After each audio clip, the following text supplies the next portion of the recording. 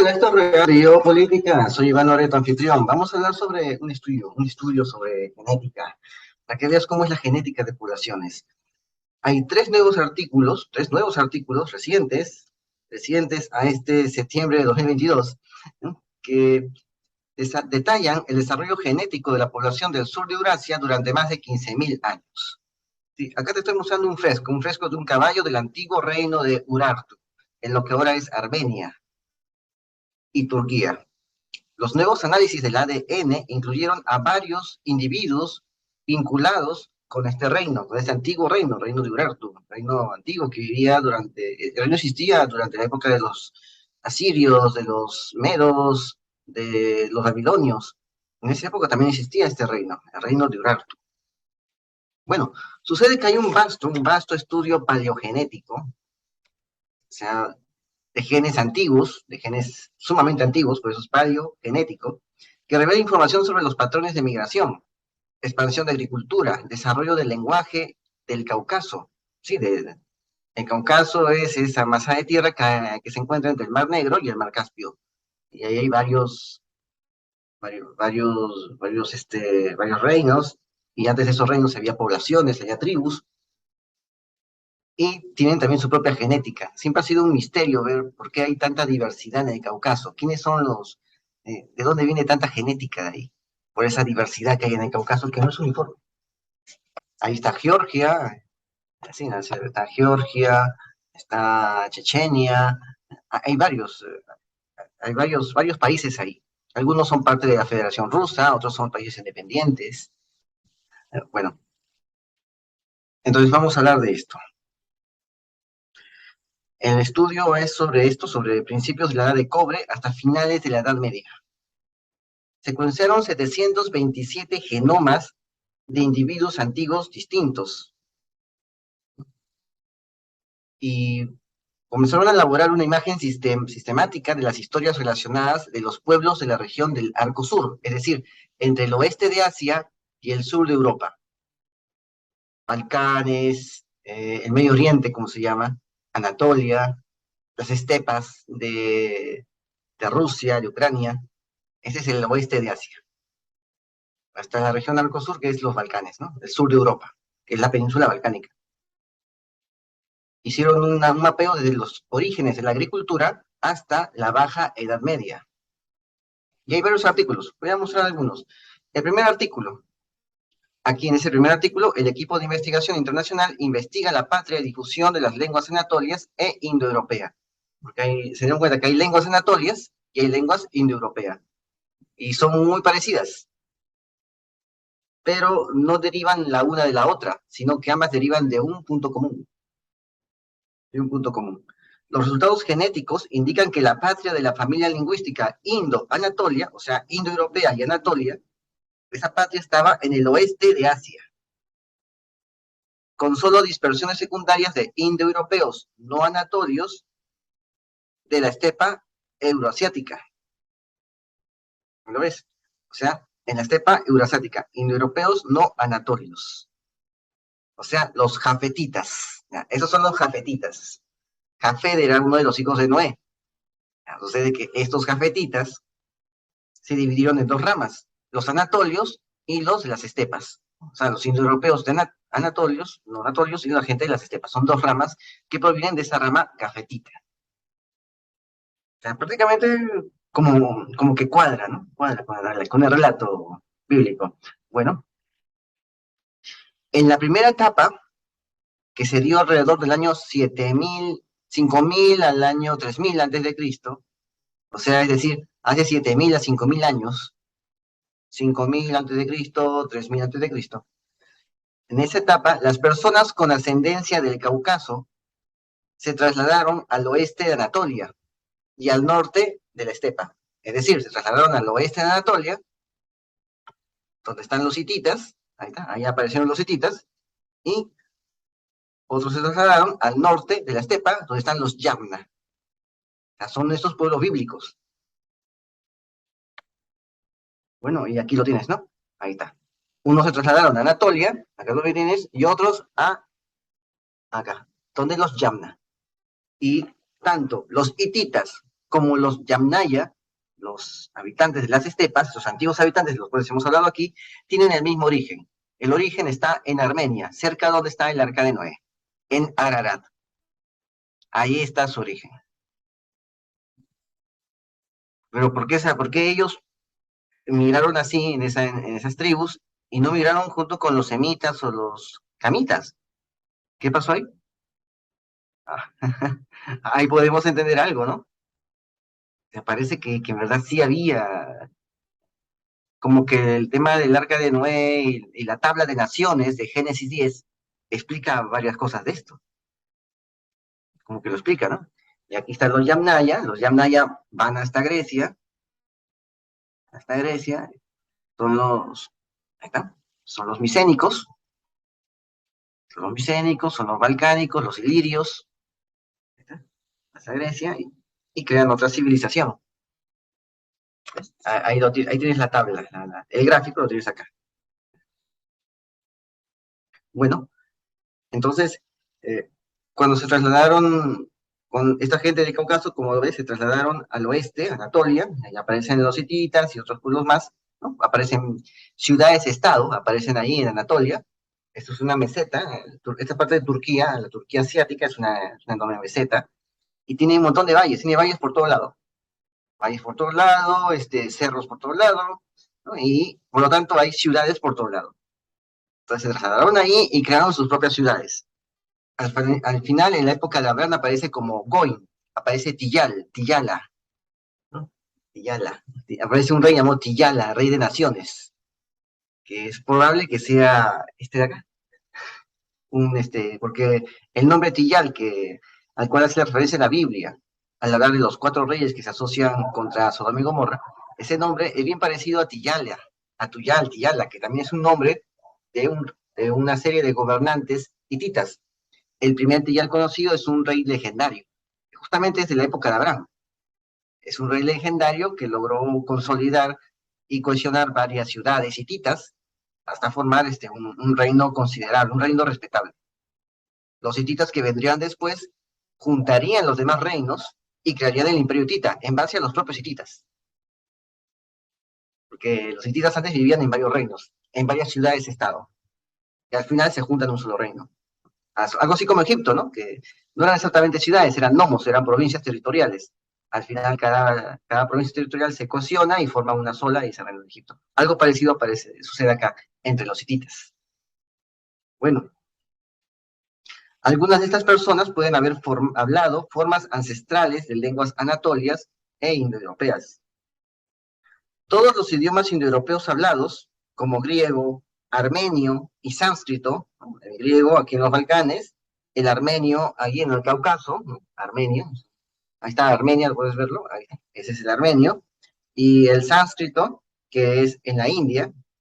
Todos esos idiomas se remontan a unos pastores esteparios de la cultura yamnaya o yamna, que vivían aquí, en lo que ahora es Ucrania. Ahí puedes ver el río Níper o río Borístenes, del cual también hemos hablado aquí en Radio Política, asociándolo con una cuarteta de Nostradamus, ¿no? Ahí está, el río Níper, ahí, justamente ahí vivían ellos. Y sus descendientes siguen ahí, hasta el día de hoy. Entonces, bueno, lo que quedó, porque hubo bastantes masacres ahí, por los mongoles y todo eso. Bueno, se remontan a esto, con ascendencia, acá está, a los pastores eh, Yamna, Yamnaya, que tenían ascendencia de cazadores-recolectores del Cáucaso. O sea, estos pastores Yamnaya, que ya eran neolíticos, ya habrían aprendido a usar los metales, tenían ancestros de hombres de las cavernas, que eran cazadores-recolectores, pero no de la zona de ahí, de Ucrania, sino cazadores-recolectores del Cáucaso, o sea, de la zona de Armenia, de esta zona que estamos viendo acá, ¿no? Donde se desarrollan los protoindoeuropeos. O sea, se mezclaron con las antiguas poblaciones, ¿sí? Con las poblaciones paleolíticas se mezclaron estos neolíticos, y por eso los Yamnaya, cuando ya llegan a Ucrania, tienen esos genes de los paleolíticos que vivían ahí, en Armenia. Entonces, tienen esos rastros de cazadores-recolectores de Cáucaso y cazadores-recolectores orientales, que iniciaron una cadena de migración a través de Eurasia hace unos 5.000 años. sea, ya había cazadores recolectores que también vinieron del oriente del Asia, o sea, prácticamente del Asia Central o del Asia Oriental, o sea, de Kazajistán, sí, de Kazajistán, quién sabe, hasta de China, ¿no? Pero era otra gente, no era el chino que conocemos ahorita, ese chino aparece después, el Han aparece mucho después, sí, no aparece en la época muy antigua, también aparece en el Neolítico, ¿no? Pero no aparece no aparece pues cuando ya había humanos en América, ¿no? Todavía no había Han. Cuando el humano llega a América, el Han que origina la población china, no existía todavía, no existía. Bueno, entonces ellos tienen esos ancestros genéticos, ancestros. Las expansiones que hicieron ellos hacia los Balcanes y Grecia y hacia el este, a través del Cáucaso, hacia Armenia, dejaron un rastro de ADN de la gente de la edad de bronce de la región. Esas fueron las expansiones de los Yamnaya. O sea, los Yamnaya provienen de Armenia, después en la zona que ahora es Ucrania se desarrollan como tribus, comienzan a tomar forma, y otra vez un grupo de ellos vuelve a regresar a Armenia, como una especie de invasión o de migración, vuelve otra vez a migrar ahí, ¿no? Pero de repente era un grupo pues que ya no sabía exactamente su origen, no sabía que se originó en Armenia, pero regresó ahí por cuestiones X. Bueno, a medida que se expandieron, los descendientes de estos pastores, Yamnaya, se mezclaron de manera diferencial con las poblaciones locales. ¿Ves? Se mezclaron con estas poblaciones locales. El surgimiento de idiomas griego, paleobalcánico y albanés, que es indoeuropeo, en el sureste de Europa, y el idioma armenio en el oeste de Asia, se formaron a partir de inmigrantes de habla indoeuropea de la estepa que interactuaban con la población local. Ahí está. O sea, el idioma armenio se forma por estos Yamnaya, que eran también originarios hace miles de años de Armenia. Interactuaron con la población local y crearon su propia marca. O sea, el idioma Yamnaya, pero modificado, hibridado con los locales, creó las variantes del indoeuropeo. O sea, se crearon esas variantes pues, indoeuropeas, ¿no? Y hasta el albano también se crea a través de esta variante indoeuropea, ¿no? El albano es un musulmán, pero es un europeo, es un europeo musulmán, y tiene dos ramas en su lengua, ¿no? El Tosh, que es el refinado, y ¿cómo se llama? El Gurs, ¿cómo se llama? Que es el tosco, el albano tosco.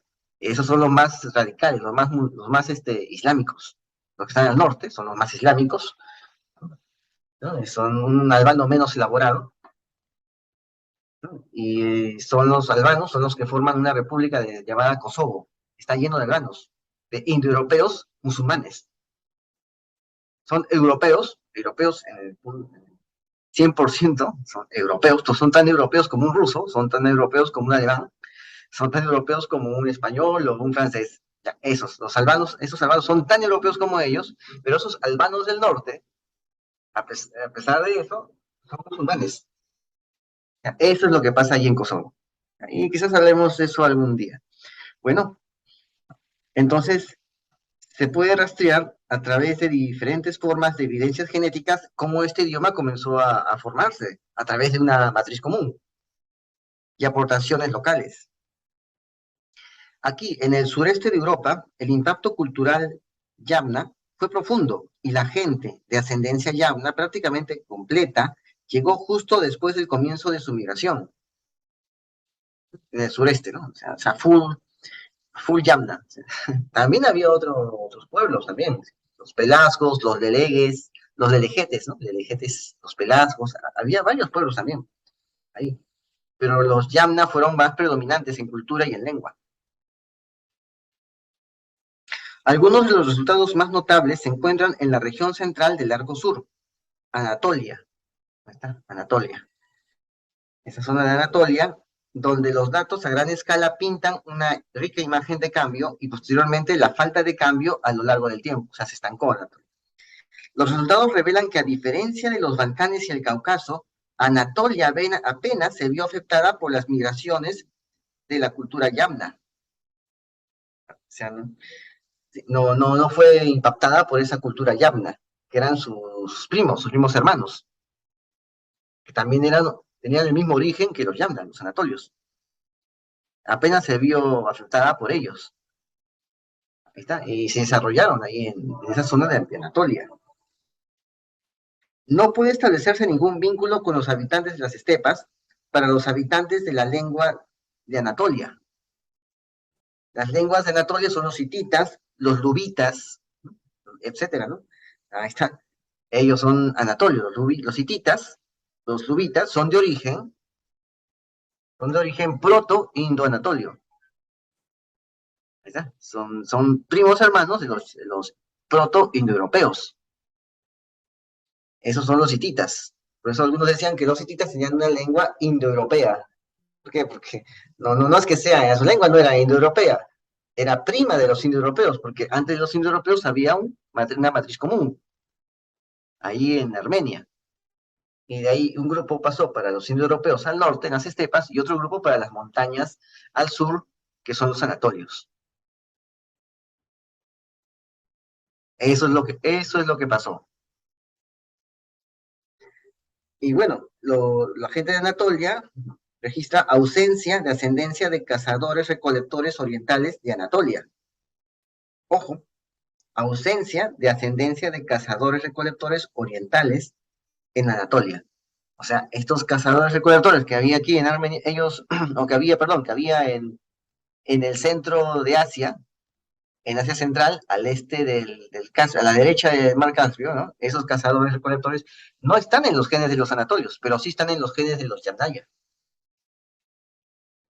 Es porque los anatolios se permanecieron ahí. Los Yamnaya no, se movieron por toda la estepa. ¿No? Entonces, esa es la diferencia, ¿no? Los Yamnaya sí tenían esos genes de cazadores recolectores del Asia Central, de la zona de Kazajistán, Uzbekistán, Tayikistán, de esa zona, y de la zona de Siberia también. En contraste con la sorprendente impermeabilidad de Anatolia a las migraciones esteparias de la cultura yamnaya, o sea, porque los yamnaya no tocaron Anatolia, hubo también invasiones, pero son muy posteriores, como la invasión de los cimerios, que también eran quizás de ese origen. Hubo lo de los gálatas también, que se quedaron en un sitio llamado Galacia, ahí en Turquía. Pero aparte de eso, fueron bastante impermeables. O sea, no se licuó los genes en los anatolios, los genes Yamnaya, no se licuaron en los anatorios. Eso a pesar de que los Yamnaya invadieron el sur del Cáucaso varias veces, incluso antes, incluso antes de las migraciones de los Yamnaya, también hubo invasiones, o sea, ¿cómo decirlo, no? Los anatolios fueron un grupo, ¿no? Un grupo donde aparecieron los lubitas, los hititas, fueron un grupo bastante impermeable a todas las migraciones de las estepas, migraciones del norte, ¿no? Como ya hemos visto, los Yamnaya regresaron al sur del Cáucaso, a sus orígenes,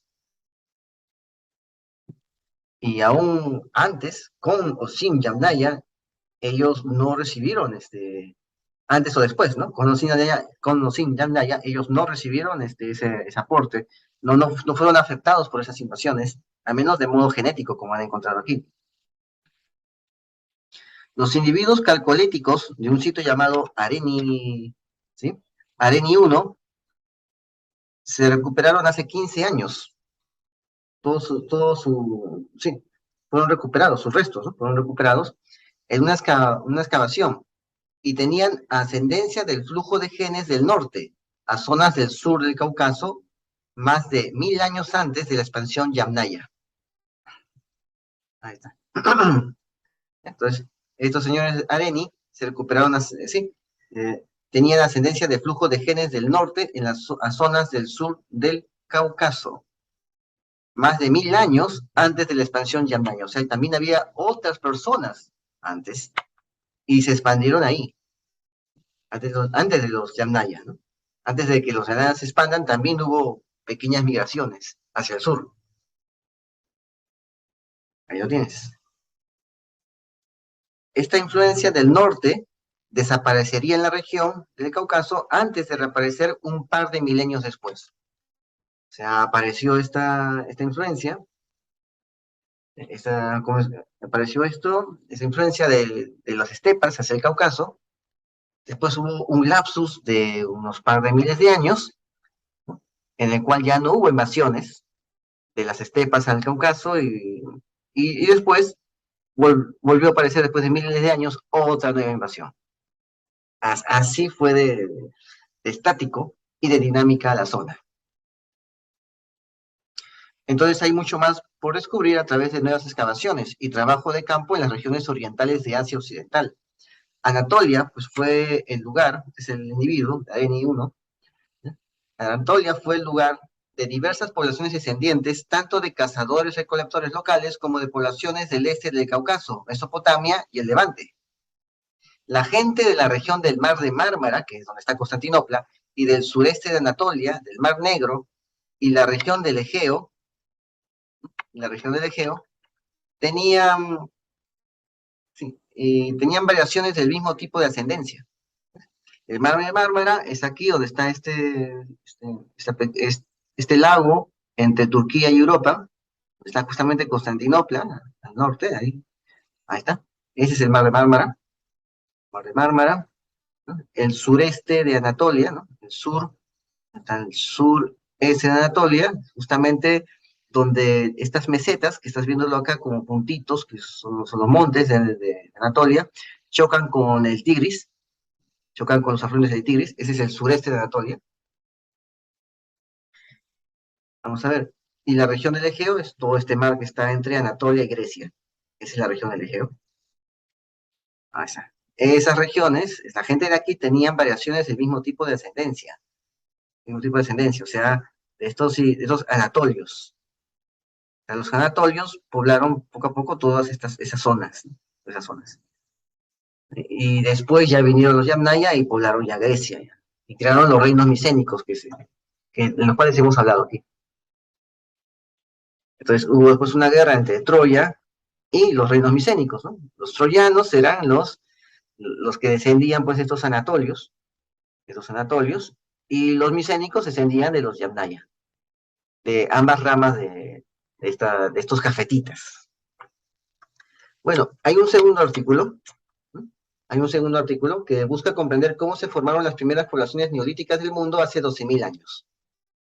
12.000 años, ¿eh? O sea, el año 10.000 antes de Cristo empieza el Holoceno. Los resultados genéticos respaldan un escenario de una red de contactos panregionales entre las primeras comunidades agrícolas. Brindan evidencias sobre la transición neolítica para decir que esto fue un proceso complejo que no ocurrió solo en una región central, sino también en Anatolia y el cercano Oriente.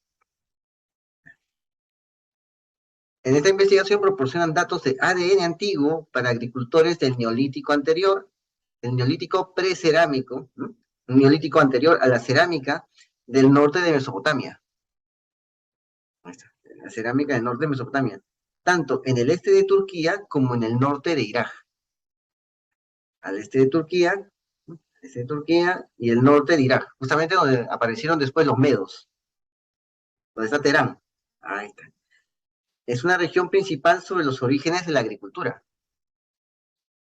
El estudio presenta el primer ADN antiguo de los agricultores anteriores a la cerámica de la isla de Chipre, porque hay dos oleadas de agricultores, los agricultores precerámicos y los agricultores del cerámico. Siempre se da eso, por lo general. Entonces, también hemos visto que en Oceanía se dio también esa oleada, agricultores precerámicos y agricultores cerámicos.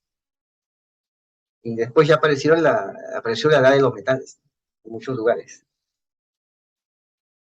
El estudio presenta el primer ADN antiguo de agricultores anteriores entonces a la cerámica en la isla de Chipre. Ahí está. Esa isla de Chipre. Esa isla de Chipre fue testigo de la primera expansión. Esta es la isla de Chipre, donde dice CIP, ese es Chipre. Ahí está. Esa isla de Chipre fue testigo de la primera expansión marítima de los agricultores del Mediterráneo Oriental. Sí, del Mediterráneo Oriental. Ya sabemos que esa expansión tuvo como uno de sus puntos a Creta.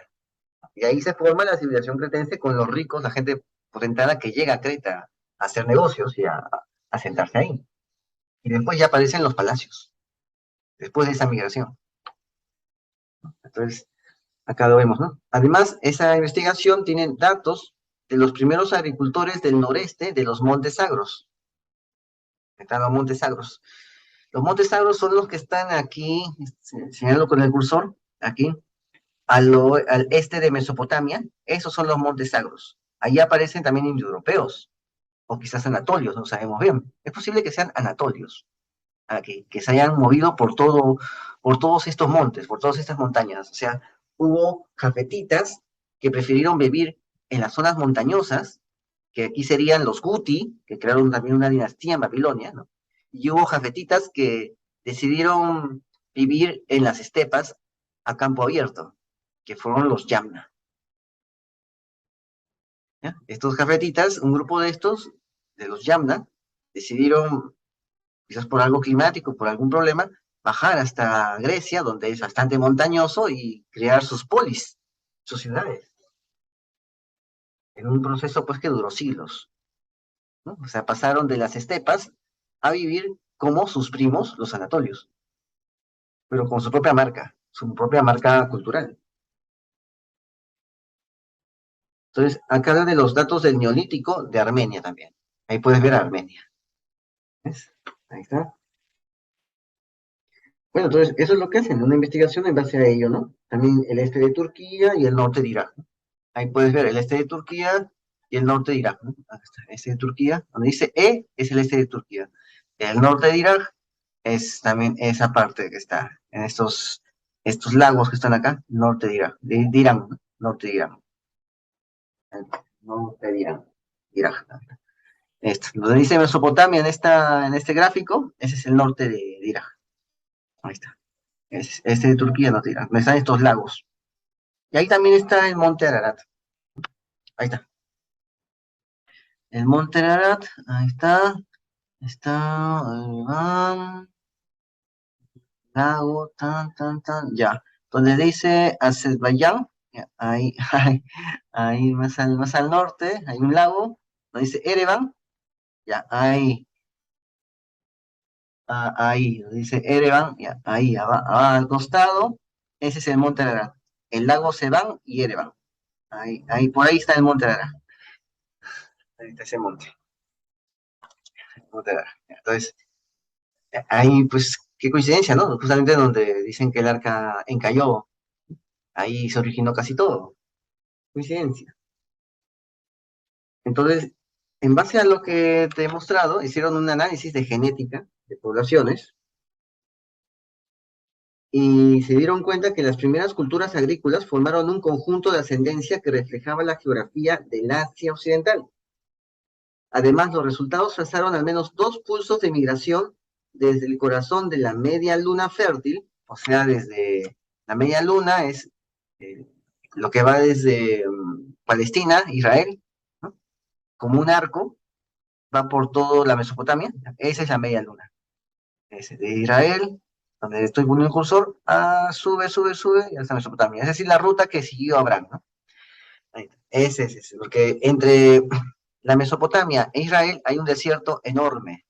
La gente prefiere cruzar remontando los ríos, yéndose a las montañas donde nacen esos ríos y bajando los, por los otros ríos, por los ríos de la cabecera anterior, la cabecera posterior de esos ríos, y ya pasar al Mediterráneo, ¿no?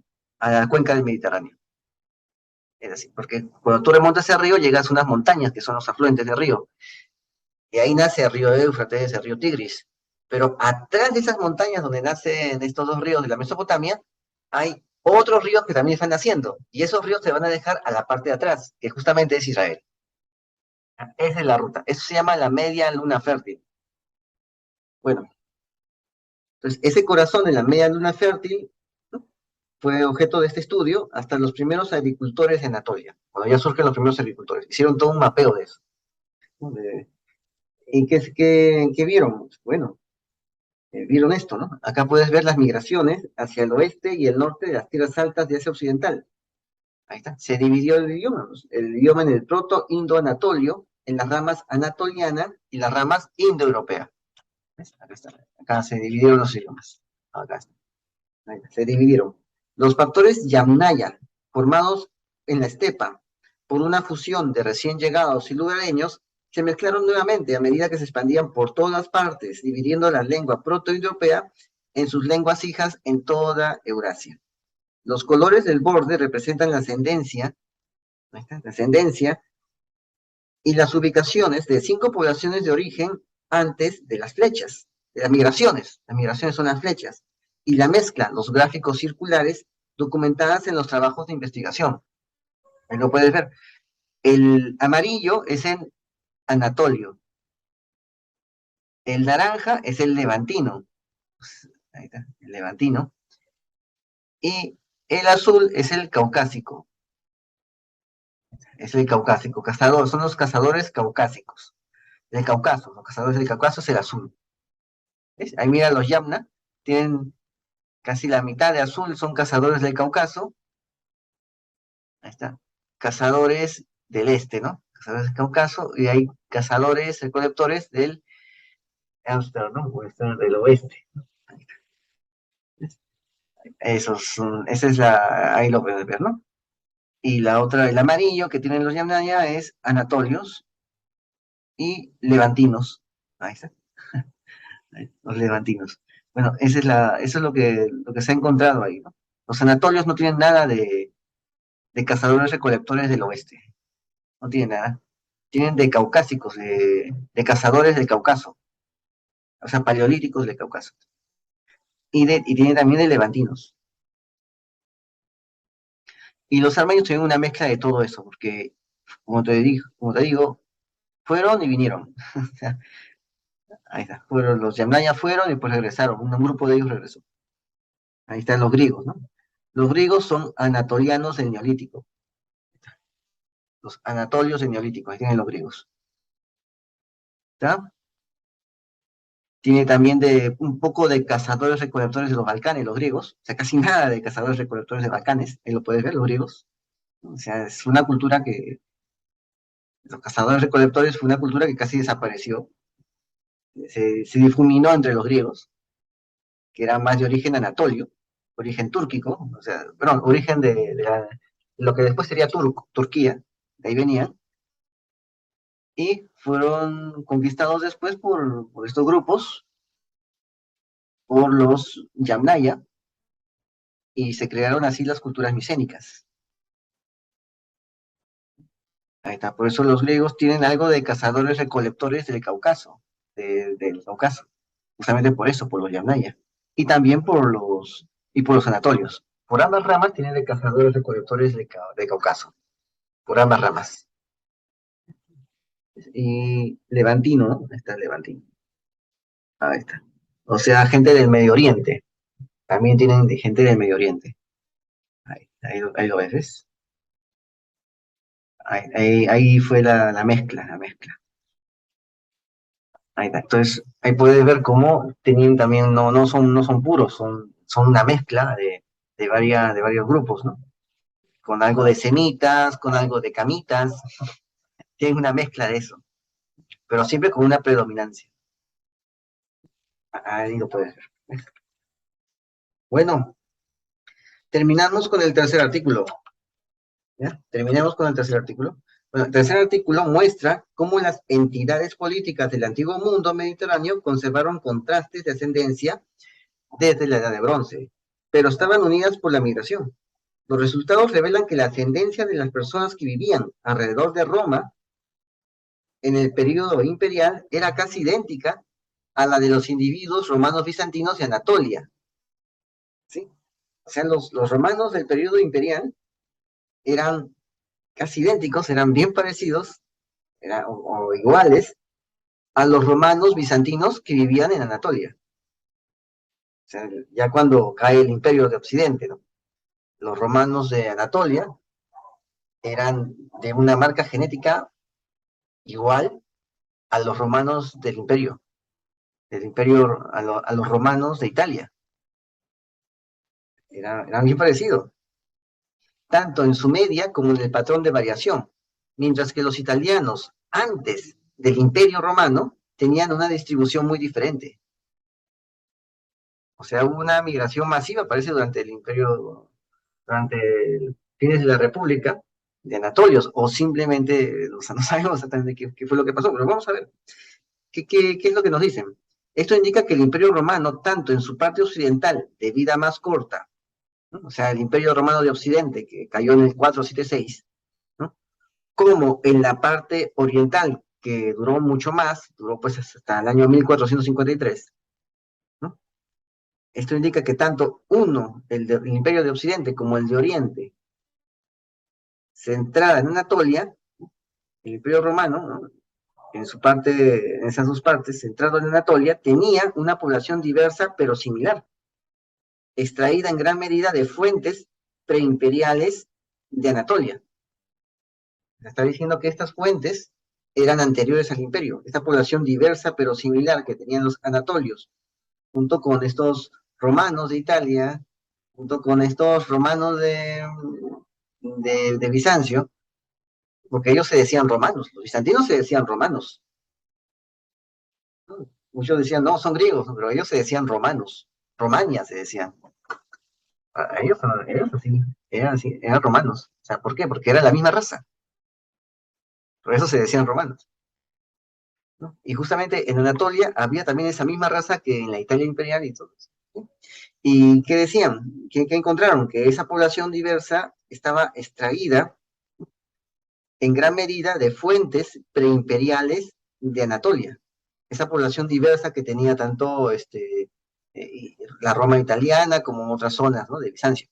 O sea, esa población diversa que tenía la Roma imperial de Italia, ¿no? Y la Italia imperial, el imperio romano, esa población estaba extraída de fuentes preimperiales de Anatolia. O sea, su origen era un origen anterior al imperio romano que, que apareció en esta zona de Anatolia. Resumiendo, gente que vivió aquí en Anatolia fue el origen genético de los romanos italianos.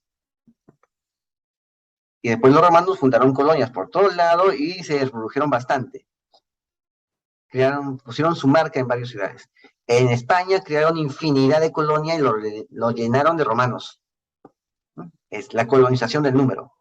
Y también pasó en otros lugares. Pero esos romanos que colonizan durante el Imperio Romano eran de origen anatolio.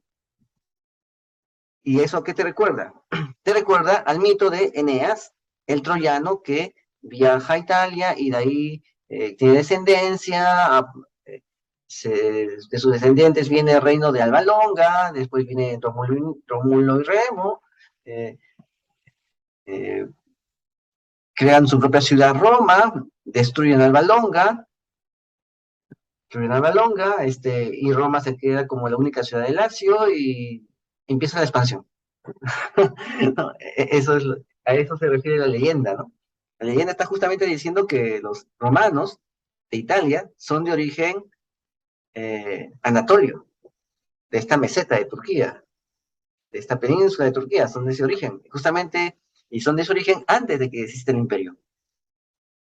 Y justamente la leyenda de Eneas nos habla de una persona, de un príncipe, de una de estas tantas ciudades que hay en estas zonas montañosas, que estaban repletas de ciudades, que es Ilión, o Troya, y un príncipe de ahí que viaja, tiene un viaje bastante, eh, bastante complicado, tipo Odisea de Homero, tiene un viaje así, y al final llega hasta Italia, eh, tiene trato con varios jefes tribales, con varias tribus, jefes tribales, ¿no? No había exactamente ciudades ahí, había tribus, y había reyes en esas tribus, ¿no? Reyes sin ciudades, ¿no? ¿Sí? Y al final logra por fin asentarse y sentar cabeza y fundar pues toda una dinastía que se llega hasta el Imperio Romano, ¿no? O sea, el mito parece que tiene algo que ver también con la realidad. Bueno, estos resultados son sorprendentes, ya que en un artículo que salió en Science en 2019 sobre la ascendencia genética de los individuos de la antigua Roma, se encontró un patrón cosmopolita que se pensó era solamente exclusivo de Roma, como era el centro del imperio, iba de todos sitios ahí, ¿no? Entonces pensó que por eso era el patrón cosmopolita. Pero se ve que ahora ese patrón cosmopolita también era propio de otras regiones del imperio, como la propia Roma. Y que justamente el origen de eso es Anatolia. Y acá lo puedes ver ese mapa, ¿no? Aquí está. Así es como se distribuyeron el mundo, ¿no? Ahí está. Por eso el hombre antiguo lo veía así, y Pablo también lo veía así cuando hizo su discurso frente al Dios desconocido, ¿no? En el Hecho de los Apóstoles está. Y dice, ¿no? Y Dios los creó para que cada uno tuviera su propio lugar, dice, ¿no? Su propio lugar y así lo buscaran a él, ¿no? Dice, ¿no? Cada pueblo su propio lugar. ¿No? Y tiene que ver pues con esto de acá. ¿Ves? Acá está. Acá está los indoeuropeos, lenguajes indoeuropeos, los hititas. ¿Ves? Ahí lo tienes. Estos son los haplogrupos. Este es el haplogrupo R1b. El R1b. Eh, hay un pueblo en África, los Hausa, están en el centro de África. Hausa, tienen el haplogrupo europeo. Tienen eso. Pero de hace tiempo, no es reciente, hace, hace siglos que tienen ese haplogrupo. Este haplogrupo que está haciendo acá. Una de las variantes, ¿no? Europeas. Ahí está. Ahí puedes ver el mapa. Así es como se distribuye. Ahí está. Mientras más, más fuerte es el color rojo, más tienen de ese haplogrupo R1b. Y justamente, ¿dónde es más fuerte? En el Cáucaso. Ahí está. Ahí lo ves, en el Cáucaso. Después aparecen los hititas. Ahí también es un poco más fuerte todavía. ¿Ves? Ah, y aparecen los griegos. Ahí, los griegos también lo tienen fuerte ese haplogrupo, ¿no? Y la Grecia Magna, lo que fue la Grecia Magna, el sur de Italia, donde está la punta de la bota, no el taco, sino la punta de la bota, también es fuerte, porque justamente provienen de esos griegos que provienen de esos anatolios. ¿Ves, no?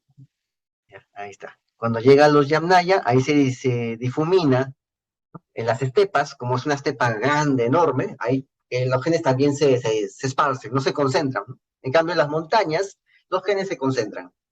Y en las estepas, los genes se esparcen. ¿Ves la diferencia, no? Esa es la diferencia, pues. Ahí está. Las montañas de Turquía se concentran. En las estepas, al campo abierto, se esparcen. Por eso el color es más claro. ¿Ves? Bueno, cerremos con una cita bíblica, hermanos. Ya, ahí está. La tabla de naciones. Voy a colocar solamente los 5 primeros versículos de la tabla de naciones, ¿no? Que tiene una correspondencia con Crónicas, con Primera de Crónicas. Primera de Crónicas 5:23, ¿no? Y nos habla de que estas son las generaciones de los hijos de Noé, Sem, Cam y Jafet, o sea, 3 ramas, a quienes nacieron hijos después del diluvio. Los hijos de Jafet son Gomer, Magog, Madai, Javán, Tubal, Mesec y Tiras. Ahí está. ¿Ves? Ya, los demás, los hijos de Gomer, son los que están más al sur, son los jafetitas que están más al sur. Los de Javán, o sea, los jonios, son los que están en el Egeo. Ahí está. Quitín es una isla. Es una isla o puede ser Roma. La profecía de Daniel habla de que los invasores van a venir de Quitín, ¿no? Y van al anticristo o al rey malo de ese tiempo, ¿no? Van a ponerlo en regla, ¿no? Bueno, los invasores de Quitín fueron los romanos contra los seleucidas.